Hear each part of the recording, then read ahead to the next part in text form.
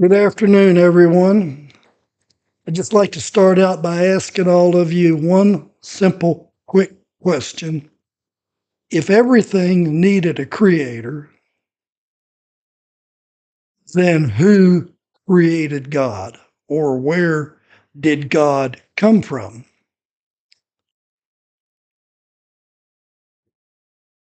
It's probably one of the oldest questions humanity has ever asked. Where did God come from? How did he come into being? When did he come into being? What's the deal, man?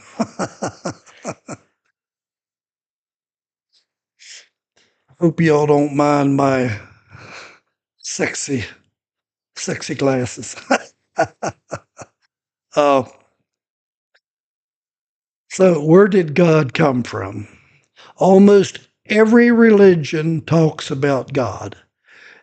Every culture has some version of the story. If we pause for just a moment and ask the simplest question of all, something interesting happens.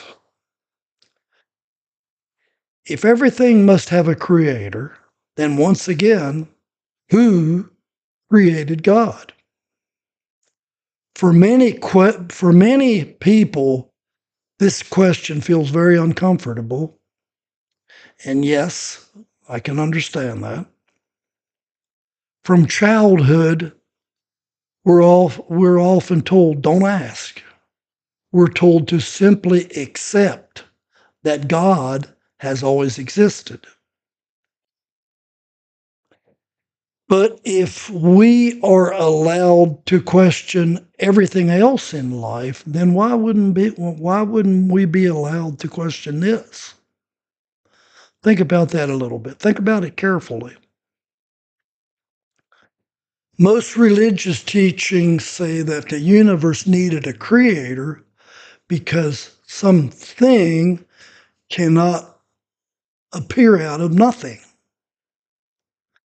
That sounds pretty reasonable at first, but then how did God come from nothing? At this point, many people say, well, God has always existed. But if something can simply always exist,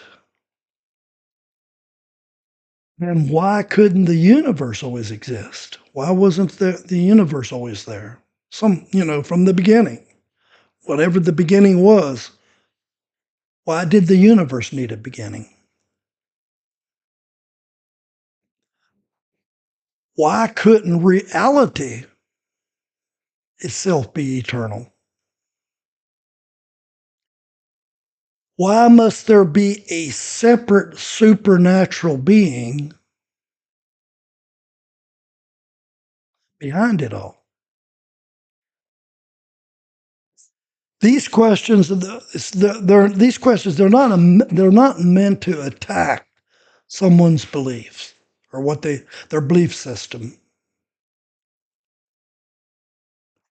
They're just simply meant to encourage something very important: honest curiosity. For thousands of years, humans tried to explain the mystery of existence. Early civilizations looked up at the sky. They saw lightning, they saw storms, they saw the movement of stars, and they naturally imagined powerful beings behind it all.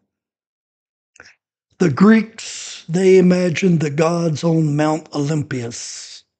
The Vikings, they imagined Odin and Thor. The ancient Egyptians, they imagined Ra traveling across the sky in a solar boat. Every culture created stories to explain that they did not yet understand the truth. And this is not something to mock or to criticize. It is simply part of being human. When we don't understand something, our minds naturally try to fill in the blanks. But over time, something interesting happens. As knowledge increased, many things once attributed to gods were gradually understood through nature itself. Lightning was no longer Zeus throwing bolts across the sky. It became electricity in the atmosphere. Disease was no longer a punishment from angry gods. It became bacteria and viruses as we know it today. The movement of the planets were no longer divine choreography. It became gravity and orbitational mechanics. Little by little, humanity began to realize something profound. Nature itself has extraordinary order. The universe follows laws, precise laws, constant laws, beautiful laws. These laws operate everywhere, from the smallest atoms to the largest galaxies. Gravity never forgets its job. Light always moves at the same speed. Seasons turn again and again. Or I should say, seasons return again and again. Life grows, evolves, it adapts, it transforms. The deeper scientists look into nature, the more astonishing the harmony becomes. And this leads us to a different way of looking at the Word of God. Perhaps the greatest mystery is not a supernatural figure somewhere in the sky watching over us. Perhaps the mystery is existence itself, the vast universe, the intricate intelligence woven into nature, the fact that anything actually exists at all. Maybe what ancient people called God was simply their attempt to describe the order, the incredible order and power they sensed in the world around them. When someone thousands of years ago looked at the stars, they felt the wind. They watched life grow from the soil. They felt the awe. They felt the reverence of it. But they didn't yet have the language of physics or biology. So they used the language that was available to them at that particular time. Stories, symbols, and gods. In many ways, religion was humanity's early poetry about the universe. But poetry is not always what we call literal truth. Today, we have telescopes that can see the machinery of life in a single cell. We have discovered that the universe is nearly 14 billion years old and it's still expanding. Well, it's actually 13.8 billion, I think, was the latest statistics. And yet, the deeper we explore, the mystery does not disappear. If anything, it becomes even greater. Where did the universe come from? Where did the laws of nature exist at all? Or why did the laws of nature exist at all? Why is there something rather than nothing? These questions remain open. But perhaps I believe the most important insight is this. We do not need to invent any fearful doctrines or rigid beliefs to appreciate the wonder of existence. The universe itself is already astounding. Life itself is already miraculous.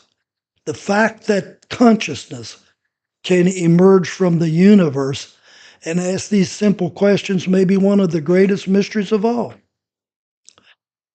Instead of imagining a distant deity judging humanity from above somewhere looking down, perhaps a deeper perspective is possible. Perhaps what we people have called God is simply the living intelligence of the universe itself.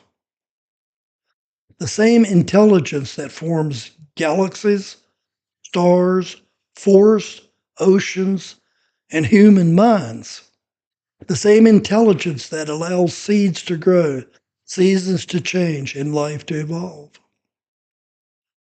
Not a ruler sitting on a throne in the sky, but a vast unfolding process that includes you, me, and every living creature. Every star in the night sky. In this perspective, if this perspective is true, then the question, where did God come from, changes completely. God did not come from anywhere. Because what we call God may simply be the universe itself, eternal, mysterious, and continuously creating. In this case, we're not separate from it. We are expressions of it.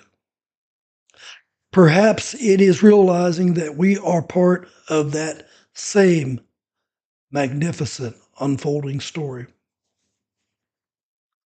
Not sinners born guilty, not broken beings in need of saving, but living participants in an extraordinary cosmic journey. The more we understand nature, the more we may realize the truth was never something to fear. Truth is something to explore, something to question, something to celebrate. And the search for truth may be the most sacred journey of all. Thanks for watching.